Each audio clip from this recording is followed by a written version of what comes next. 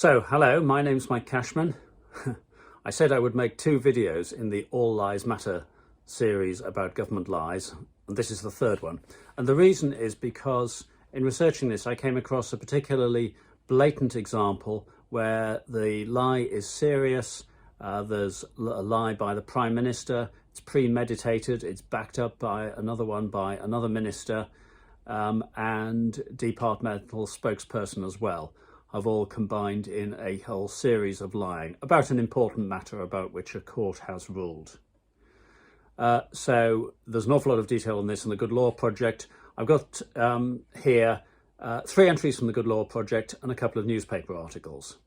So on the 19th of February in the High Court, the judge ruled that Matt Hancock had acted illegally in not publishing details of PPE contracts in the required period and had not been transparent in terms of the details provided, which sounds like too much was redacted.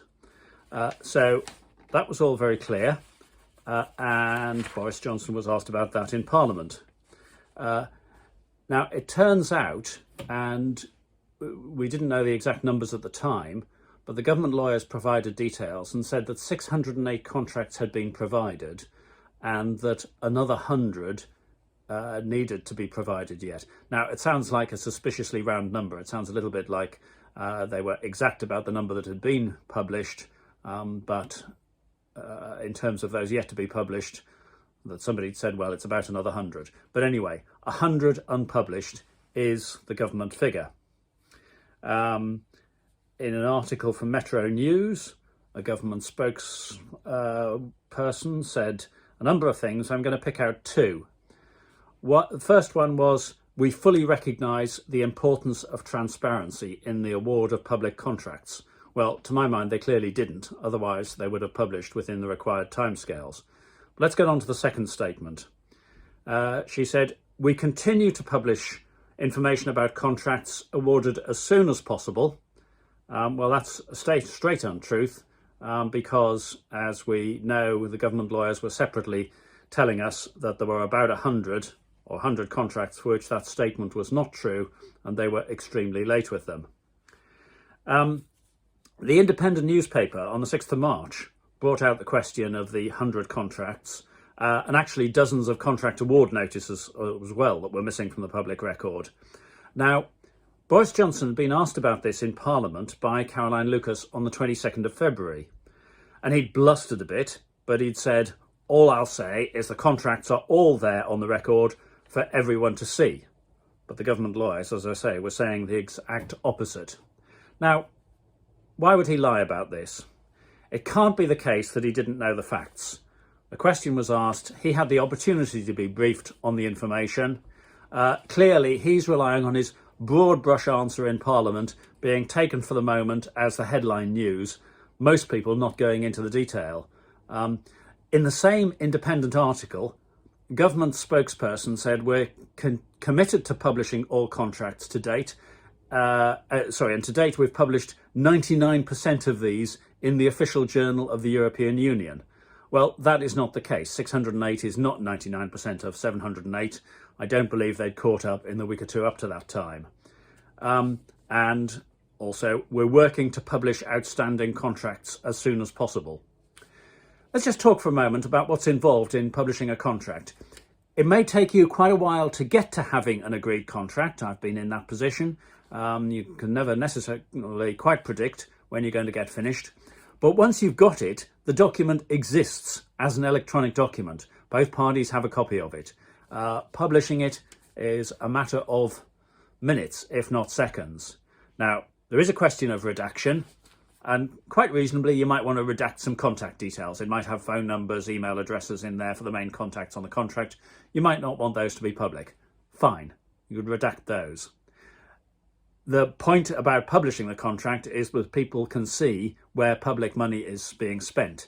So you shouldn't be redacting financial information, prices and so on. Even if you were going to go through and do some redactions, that could be done in what, 10, 15 minutes, half an hour? So it's nonsense to say that we're working to publish the 100 missing contracts and in due course we'll let you know when it's done. That is nonsense. I'm looking at the Good Law Project website entry now, and you can do the same. So 10th of March. So there was some follow-up on Boris Johnson's statement in Parliament from the 22nd of February, where he'd said the contracts were all on the record. Cabinet Office Minister Edward Argar then decided to double down, claiming that the Prime Minister spoke accurately on the 22nd of February. He was asked a question. The facts of the matter were clear. The civil service, if briefing the minister, would give him the objective facts. He lied.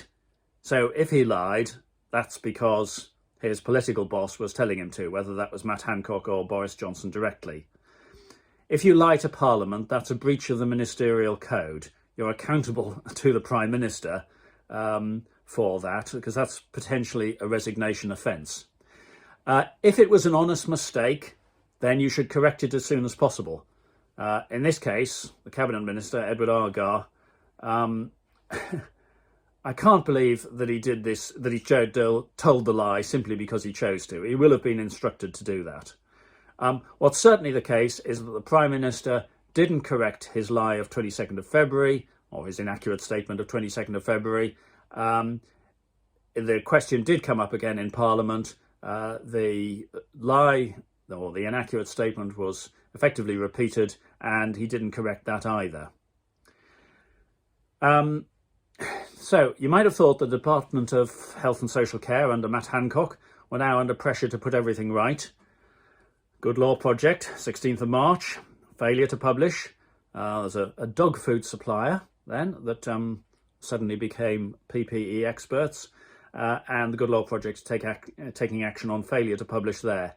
They're declaring they've written to Matt Hancock, launching new legal proceedings for his continued failing to comply with the law, not publishing contracts in time, and inappropriate excessive redactions, as the Good Law Project said at the end. Judge Chamberlain had said that one unfortunate consequence of non-compliance with the transparency obligations is people can start to harbour suspicions of improper conduct.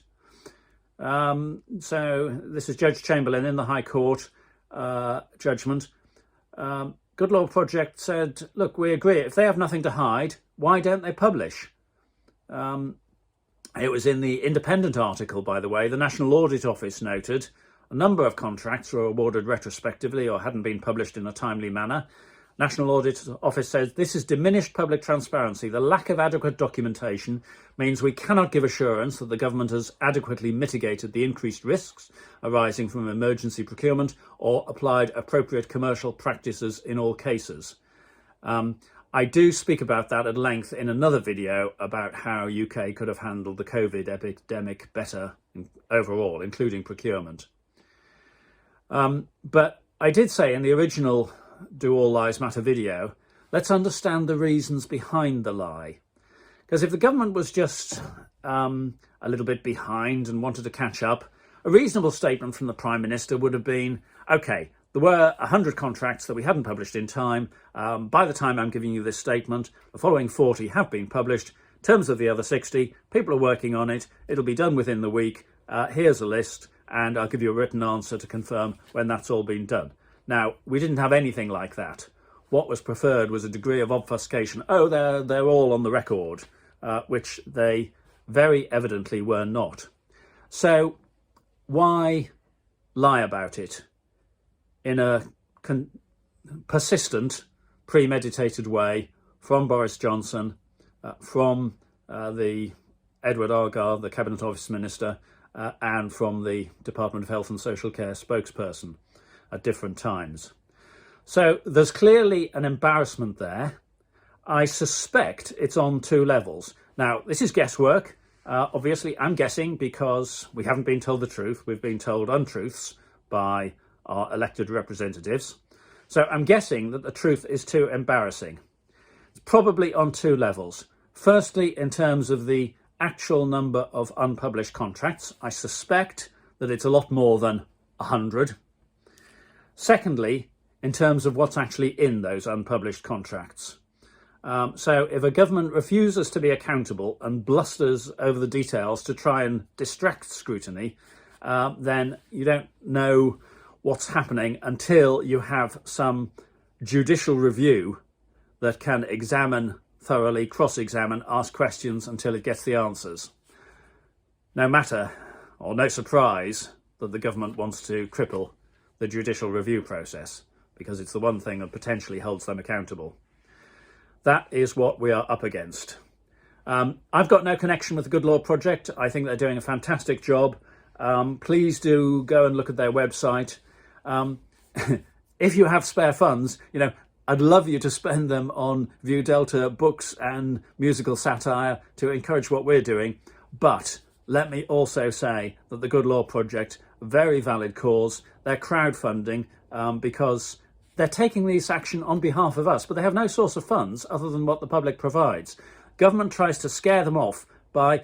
The government spent £200,000 in legal fees before that first hearing in February, trying to maintain that there was no case to answer, so effectively lying about the problem, because there clearly was a problem, as they later admitted.